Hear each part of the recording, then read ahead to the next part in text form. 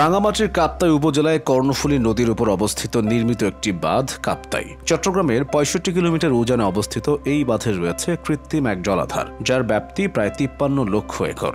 বাঁধ ও হ্রদ নির্মাণের প্রাথমিক উদ্দেশ্য ছিল একটাই, জলবিদ্যুৎ উৎপাদন। বিদ্যুৎ কেন্দ্র নির্মাণও করা হয়েছে কৃত্রিম লেকে বর্ষায় পানি ধরে রেখে পানির প্রবাহ নিশ্চিত করে সারা বছর স্রোত থেকে উৎপাদন করা হয় বিদ্যুৎ। বিদ্যুৎ উৎপাদনে ৫টি ইউনিটের উৎপাদন ক্ষমতা ২৩০ মেগাওয়াট। তবে পানির অভাবে উৎপাদন হয় আরও কম।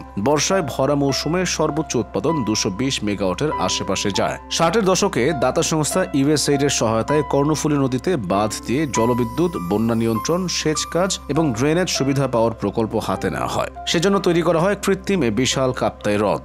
লেকের পানি ধারণ ক্ষমতা ১০৯ ফুট মিন সি লেভেল। বিদ্যুৎ উৎপাদনের জন্য প্রতি সেকেন্ডে ৩০,০০০ কিউসেক পানি ছেড়ে দেওয়া হয়। রাঙামাটি জেলার পরিচয় এই লেককে ঘিরে গড়ে উঠেছে। কাপ্তাই লেকের ঝুলন্ত সেতু জেলার প্রতীক হয়ে দাঁড়িয়েছে। এই লেককে ঘিরে বিকাশ হয়েছে পর্যটনের। ঘন সবুজ পাহাড়ের বুকে লেকের স্বচ্ছ পানিতে ভেসে বেড়ানোর মজা আলাদা। ৬০-এর দশকে প্রকল্প চালু হলেও কর্ণফুলী নদীতে বাঁধ নির্মাণের প্রথম উদ্যোগ নেওয়া হয় ব্রিটিশ আমলে, সেই ১৯০৬ সালে। ১৯২৩ সালে চালানো হয় জরিপ আর সম্ভাব্যতা। ১৯৪৬ সালে ব্রিটিশ প্রকৌশলী E.A. মুর কাপ্তাইয়ের ৪০ মিটার উজানে বারকাল নামের এলাকায় বাঁধ নির্মাণের প্রস্তাব দিয়েছিলেন। পরে পাকিস্তান আমলে ১৯৫১ সালে প্রকৌশলী খাজা আজিমুদ্দিনের নেতৃত্বে একটি দল বাঁধের স্থানটি চূড়ান্ত করে। যুক্তরাষ্ট্র সরকার তখন অর্থ সহায়তা দিতে রাজি হয়। বাঁধ নির্মাণের ঠিকাদার হিসেবে নিয়োগ পায় দেশটির উটা ইন্টারন্যাশনাল ইনকর্পোরেশন। কাজ শুরু হয় ১৯৫৭ সালের অক্টোবরে। ৫ বছর পর শেষ হয় নির্মাণ কাজ। জলবিদ্যুৎ কেন্দ্রে নদী বা জলের গতিপথে বাঁধ দিয়ে পানি জমা করা হয়। এরপর জমা হওয়া পানিকে নির্দিষ্ট চ্যানেলের মধ্য দিয়ে প্রবাহিত করা হয়। পানির শক্তিকে কাজে লাগিয়ে টারবাইন ঘুরিয়ে পাওয়া যায় বিদ্যুৎ। এই ধরনের প্রকল্প ভাটিতে বন্যা নিয়ন্ত্রণেও সহায়তা করে, কারণ বর্ষাকালে অতিরিক্ত পানি সঞ্চয় করে রাখা হয়, আবার শুকনো মৌসুমেও নদীতে পানি প্রবাহ নিশ্চিত থাকে।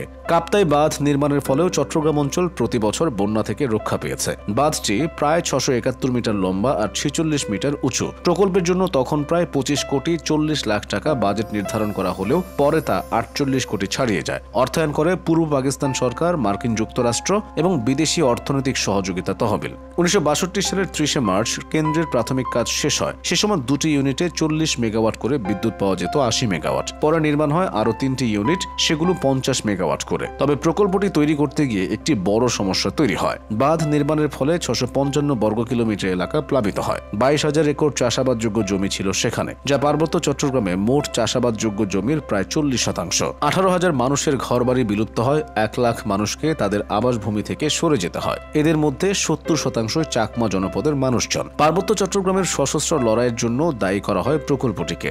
যে ১ লাখ মানুষকে তাদের আবাসভূমি থেকে সরানো হয়েছিল, তাদের সঠিক উপায়ে পুনর্বাসনের ব্যবস্থাও করা হয়নি। বাঁধের কাজ শুরুর পর অনেককে কাসালং উপত্যকায় নেওয়া হয়। সংরক্ষিত বনভূমি সাফ করে বসবাসের সুযোগ করে দেওয়া হয়। কিন্তু বাঁধের নির্মাণ কাজ শেষে সেই এলাকাও ডুবে যায়। তবে তাদের পুনর্বাসনের উদ্যোগ আর নেওয়া হয়নি। তাদেরকে সমপরিমাণ উর্বর চাষযোগ্য জমি দেওয়ার প্রতিশ্রুতিও রক্ষা করা হয়নি। অনেক পরিবারকে নদী উপত্যকার উর্বর জমির বদলে দেওয়া হয়েছে পাহাড়ি অনুর্বর জমি। যাদের জমি অধিগ্রহণ করা হয় তাদেরকে হেক্টর প্রতি দেওয়া হয় ৫০০ থেকে ৭০০ টাকা। অথচ একই পরিমাণ উর্বর জমি কিনতে খরচ ছিল প্রায় ৫,০০০ টাকা। পরে পূর্বপুরুষদের আবাসভূমি থেকে বিতাড়িত প্রায় ৪০,০০০ চাকমা ভারতের অরুণাচল প্রদেশে শরণার্থী হিসেবে আশ্রয় নেয়।